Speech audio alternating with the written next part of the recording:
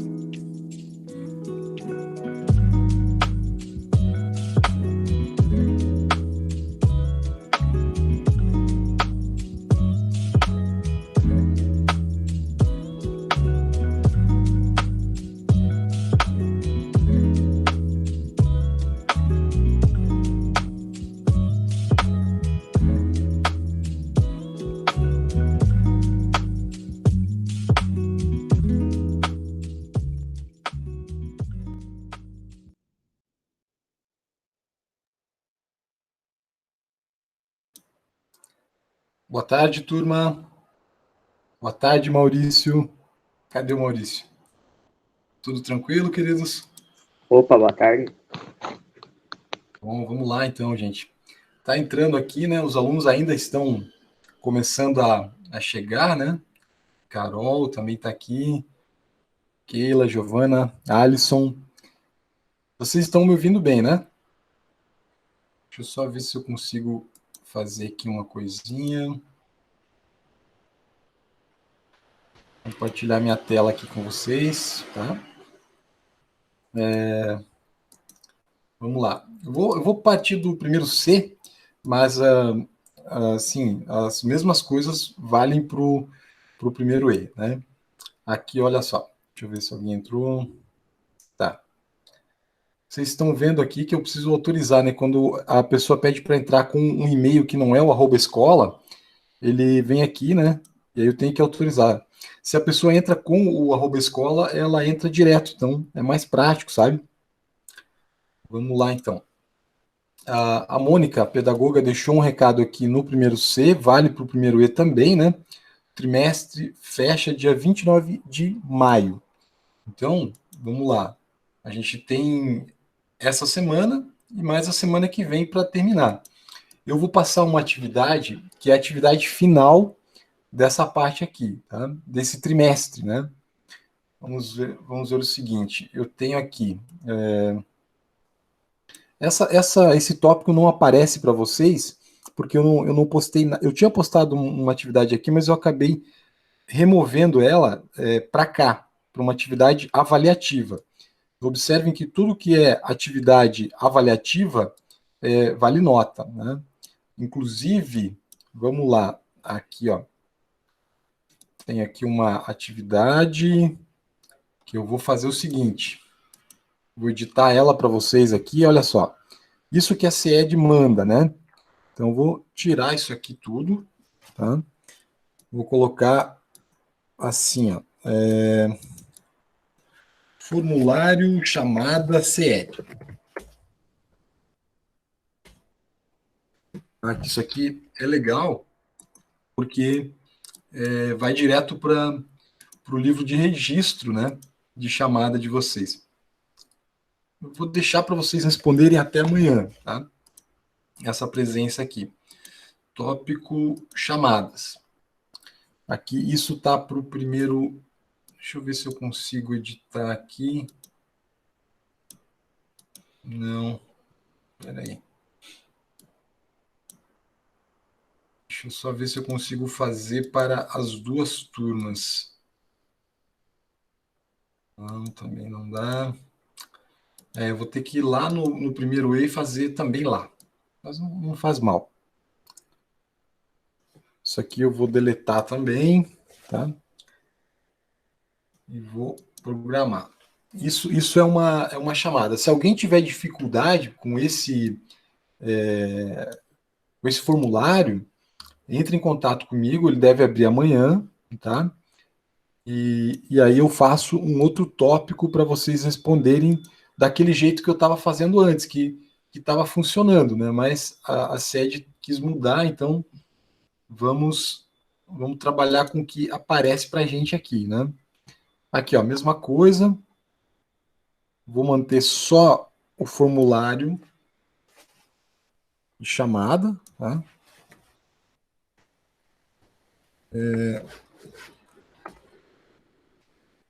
Programar, porque olha só, eles mandam valendo nota, né? E aí presença é uma coisa, nota seria outra, né? Então eu tenho que sempre vir aqui e editar isso. Vamos colocar aqui no tópico chamadas. Também está criado para o primeiro E. Tá? Deixa eu só ver aqui. Foi. Está aqui no tópico, né? Vocês têm, então, o mapa, né, os mapinhas aqui. Tem 8 alunos do primeiro E que estão pendentes, tá? Depois precisa ver isso certinho, né? Essa atividade vale 1 ponto. Deixa eu só voltar aqui, eu vou explicar direitinho para vocês, tá, gente? Espera só um pouquinho. Ó, todo tópico que tiver essa palavra avaliativa vale nota, né? Evidentemente. Aqui, se não me engano, essa atividade 4 vale 2 pontos, tá? Essa vale 1 ponto. Essa aqui, deixa eu ver quantos pontos que vale essa atividade. Deixa eu verificar aqui. Eu sei que 2 pontos. Essa vale 2 pontos, na verdade, né? Então, no total, eu tenho 6 até agora, correto? Vamos rever aqui. 1 ponto do filme Parroquia, 2 pontos da Tartaruga Vermelha, são 3. 1 ponto do mapa são 4. E essa atividade aqui, vamos ver quantos pontos que ela vale. 2 pontos, são 6. Faltam 4 pontos, tá? Esses 4 pontos eu vou passar para vocês dessa atividade que eu quero passar agora, tá? Esses 4 pontos é de uma atividade bem extensa, porque são 4 pontos, né? O valor total. Eu vou explicar para vocês isso aqui, ó. A partir desse livro do Luc Ferry, é um filósofo francês, tá? Ele escreveu, né, a Sabedoria dos Mitos Gregos. E eu vou passar para vocês aqui as explicações básicas sobre isso. Lá no WhatsApp eu expliquei que eu queria passar 2 dois pontos específicos, a ideia de transcendência e a ideia de imanência, né? Transcendência é uma concepção que eu já falei em aula para vocês, não sei se vocês se recordam, acho que em algumas turmas eu falei isso. Transcendência é uma coisa que a própria palavra já dá uma pista sobre o seu significado. Algo que transcende, que é algo que vai além. Tá? Então, em geral, associada a uma coisa religiosa. Tá? É uma transcendência da vida material, por exemplo, que é a vida espiritual. Tá? Então, a ideia de transcendência está muito associada a uma metafísica, a uma religião, a uma mitologia. Ok? Imanência, eu posso dizer que é o oposto. Tá? Imanência é algo que tem a ver com o mundo imanente, aquele mundo que eu tenho acesso, digamos assim, imediato, que eu posso ver, pegar, sentir, perceber, né? Então tem essa diferença. O mundo transcendente, normalmente ele é invisível, você pode pensar sobre como ele é, né? O mundo religioso, espiritual, né? Nas mitologias você imagina através do pensamento, mas não necessariamente você vê, né? O mundo imanente você vê. Então, para o Luc Ferry, né, esse filósofo francês, Ferry, né, vocês estão vendo aqui no nome dele, né, ele pensa assim, a transcendência é você ter uma vida que você é orientado pela visão espiritual. Tá? Você tem uma orientação que transcende o mundo material, carnal. Tá? Não só carnal, né? Também pode ser orgânico ou pode ser inorgânico, sei lá, físico, né, em geral. Então, a diferença entre uma transcendência e uma imanência é a diferença entre algo espiritual e algo material. Beleza? É isso, gente? Deixa eu ver se vocês compreenderam essa primeira ideia. Vocês conseguiram captar? Podem escrever aqui no chatzinho, tá? Legal, Maurício. Então, imanência é sempre aquilo que é material, tá? Transcendência é sempre aquilo que é espiritual. Pode ser religioso, ou pode ser mitológico, ou pode ser metafísico, assim também, né? Então, o Luc Ferry parte dessa distinção. Ele diz assim: as religiões, as mitologias, elas orientam a vida da pessoa, elas são uma orientação. Vocês podem entender essa ideia no sentido bem simples do que eu estou falando. Pense uma pessoa que vive uma vida desregrada, uma vida maluca, uma vida desorientada. Essa pessoa, talvez alguns possam curtir a vida desse jeito, mas também outros podem achar essa vida desagradável, uma vida perdida, uma vida maluca, né? Um pouco, eu acho, de maluquice é bom, mas você precisa ver até que ponto a maluquice não vai prejudicar a tua própria saúde, né? Então, uma pessoa completamente desorientada, né, seria alguém vivendo assim, a esmo, uma vida sem nenhum tipo de norte. O Luc Ferry diz que a pessoa ela vai chegar numa encruzilhada com dois caminhos, né? Esses dois caminhos são a transcendência ou a imanência. Ela pode escolher uma dessas duas bússolas para orientar a vida dela. Então, quando a pessoa vai para o caminho da religião, da espiritualidade, ou da mitologia, ou da metafísica, ela está escolhendo orientar a vida dela por uma coisa que transcende a vida material. Quando a pessoa vai pelo caminho da imanência, ela está optando por lidar com a vida material, né? E ela vai orientar a vida dela em função daquilo.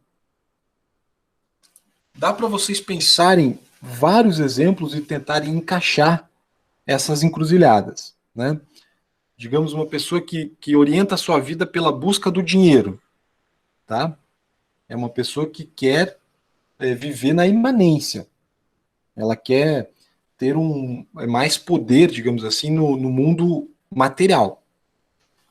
Uma pessoa que se dedica a uma vocação religiosa, pode ser que essa vocação religiosa seja um erro. Pode, né? Eu sou ateu, eu não tenho religião. Então, para mim, a religião ela é algo da dimensão não constatável, né?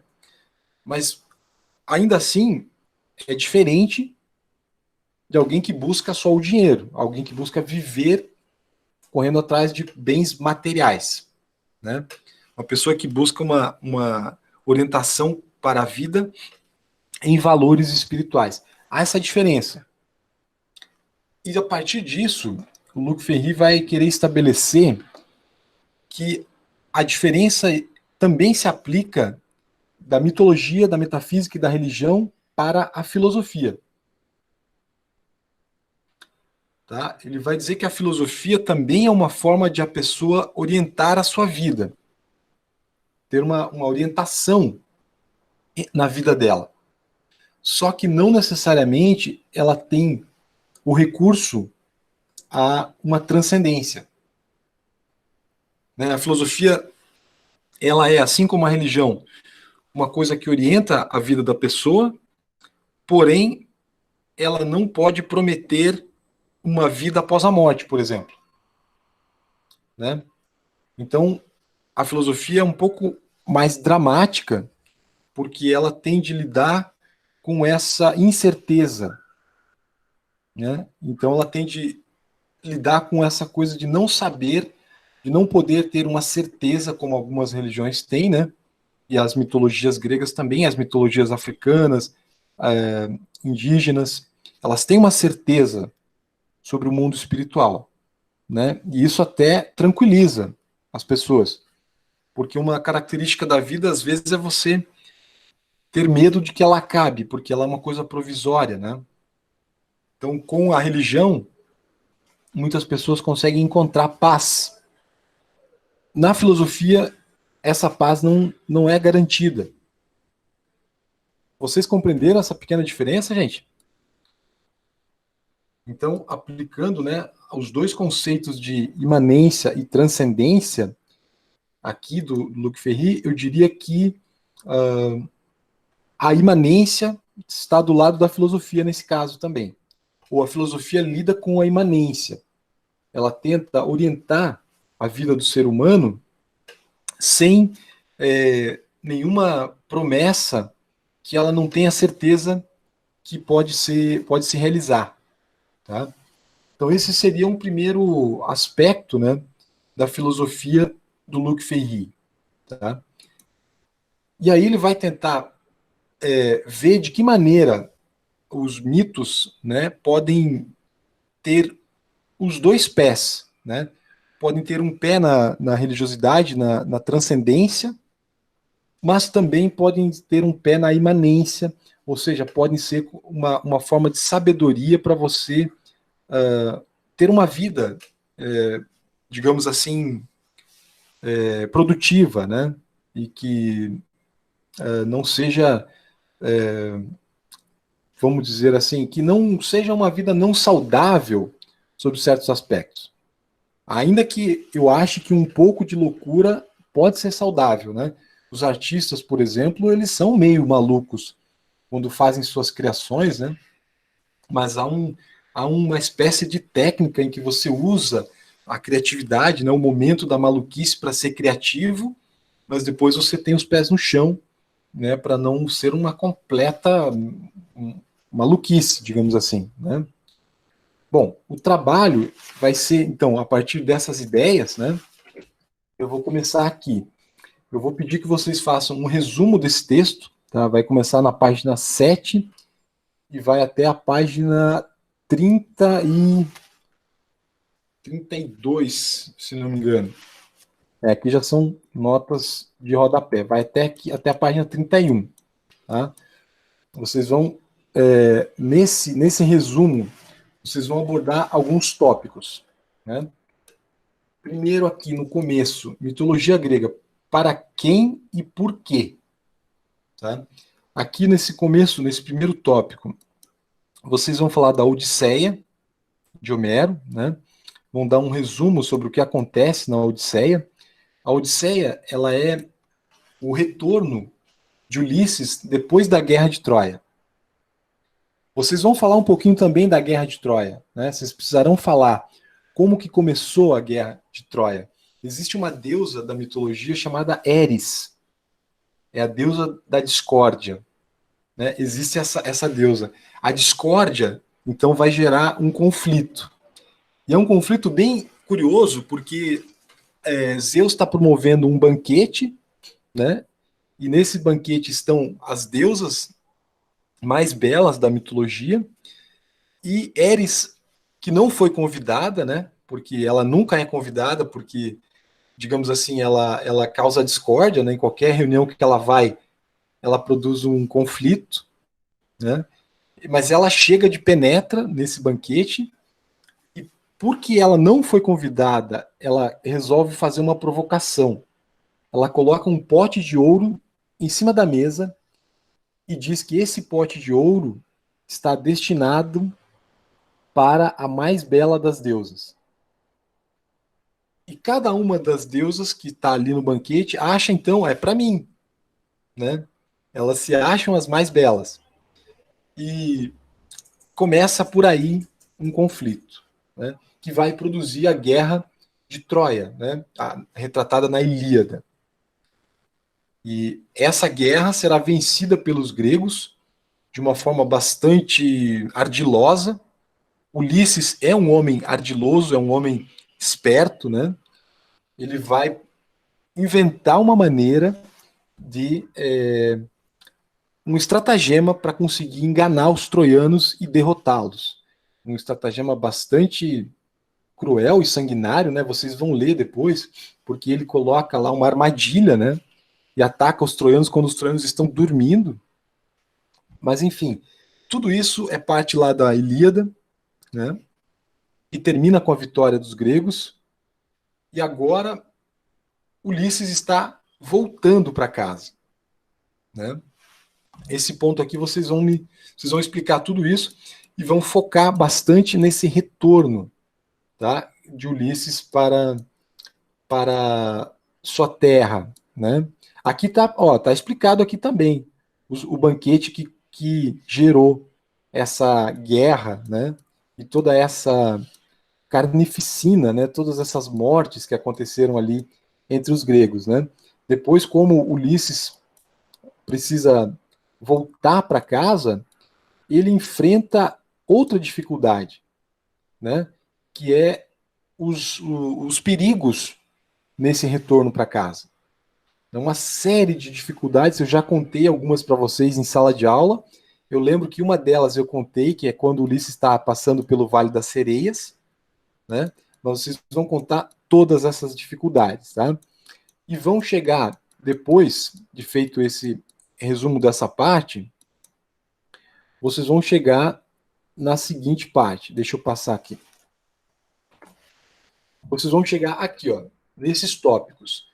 Serão 5 interrogações acerca da forma como a mitologia grega pode servir tanto para uma transcendência, né, quanto para uma imanência. Ou seja, como ela pode ser uma espécie de sabedoria de vida. Acontece de nós sermos muito influenciados pela mitologia grega, mas isso também poderia ser aplicado para a mitologia indígena. Né? Alguém também pode tirar sabedoria, conhecimento e cultura da mitologia africana, da mitologia japonesa, da mitologia tupi-guarani, e pode, né, por exemplo, no Colégio Estadual do Paraná, tinha na época da eleição, acho que foi o ano retrasado, quando foi feita a eleição para diretor, a chapa se chamava Ubuntu. Ubuntu é uma filosofia africana, que vem da mitologia africana, e significa uma união em que todos se ajudam. Tá? Então percebam, de uma mitologia africana advém uma forma de comportamento no seu dia a dia. Tá? Então, aqui vocês terão 5 tópicos, né? Que vocês irão abordar e que vocês irão apresentar nesse resumo. Tá? São interrogações, né? Que começam aqui, ó, primeira interrogação, vou passar para a segunda, eu não vou falar uma por uma agora, vou falar na próxima aula, porque senão não vai dar tempo. E hoje, realmente, eu quero ser mais rápido, tá? Aqui aparece a quarta, então, peraí, cadê as outras? Né? As outras têm que aparecer aqui no meio. Na página 24 está a primeira, a segunda está aqui na página 25, a segunda interrogação. Depois, deixa eu procurar aqui, onde é que está? Aqui eu falo sobre Nietzsche, que eu também expliquei em sala, né, sobre o eterno retorno, que a terceira interrogação está aqui, ó, no finalzinho da página 26. Tá? A quarta aqui na página 27. E vamos lá, cadê a quinta interrogação, que seria a última? É mais para frente, né? Espera um pouquinho que eu vou achar para vocês. Ou será que eu já passei e não vi? Passei. Passei por ela e não percebi. Mas se a quarta está no finalzinho da página 27, vou só encontrar aqui. Está aqui, ó. Aliás, no meio da 27 está a quinta interrogação. Tá? Então serão cinco tópicos que vocês colocarão no final desse resumo. As 5 interrogações, né, que, vamos dizer assim, são perguntas para a gente entender como a mitologia pode ter um pé na transcendência e um pé na imanência. Ou seja, como ela pode servir para orientar a vida de uma pessoa que queira ter uma espécie de orientação, um norte, né, para uma sabedoria para a sua vida. Tá? É claro que cada um de vocês poderá escolher, e vocês não farão isso de forma definitiva, porque vocês têm muito futuro pela frente, vocês vão escolher várias filosofias ao longo da vida, talvez até vocês podem escolher uma religião, ou outras, ou podem mudar, isso acontece, né? A gente tem que ir tentando respeitar essas escolhas que as pessoas fazem e evitar que a nossa escolha seja uma imposição para o outro, né? Preservando a liberdade de escolha de cada um, tá? Gente, alguma pergunta sobre esse trabalho, que será o nosso último trabalho nesse trimestre? Eu não sei se ainda precisarei falar mais alguma coisa sobre mitologia no próximo trimestre, mas acredito que nenhuma questão, Carolina. Então, é isso, né, gente? Por hoje, olha só. Tem que fazer um resumo da guerra também? Sim, você vai fazer um resumo de todo esse texto, Maurício, aqui, ó, da página 7, tá? Que é esse comecinho aqui, tá? Até a página 32. Tá lá bom. no final. A 31, aliás, porque aqui a 32, olha só, já são as notas de rodapé. É bom vocês lerem essas notas, né? Vocês terão um aprendizado para algumas informações, mas não precisa colocar no resumo. O resumo vai só até a página 31. Na página 24 em diante, vocês criarão esses tópicos que são as interrogações. Aí vocês vão fazer essa separação. Da primeira até a quinta interrogação. Beleza, gente? Beleza. Na semana que vem, eu vou explicar em detalhes cada uma dessas interrogações. tá? Hoje, realmente, eu estou mais apressado aqui porque eu quero partir para as correções, né? Então, geralmente eu dou essa aula, vocês já repararam, né? 50 minutos de aula. Mas hoje eu vou dar apenas 30 minutos e vou já encerrar. Essa atividade eu vou postar a partir de sexta-feira, talvez eu poste antes, né?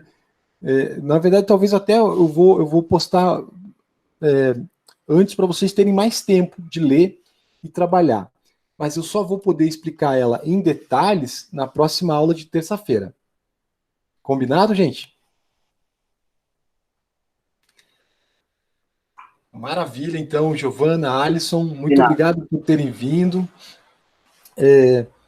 Essa aulinha está sendo gravada, depois eu coloco lá para os que não puderam assistir.